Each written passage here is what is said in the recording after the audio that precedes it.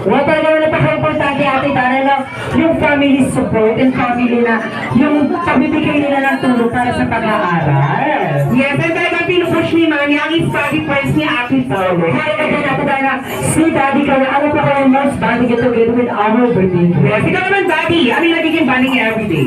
Banding, everyday, paggawa namin na tayo, yung lahat. Basta buong araw ang kasama.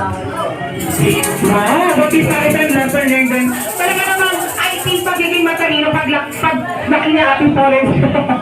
Alam mo talaga ate Dana, talaga magiging matalino siya kasi very hands-on parents sila pagdating kay Pauline. Yes, and syempre mag-define, gusto naman nating malaman since now is 7th birthday ni Ate Paolo. Eh talagang first video niya to.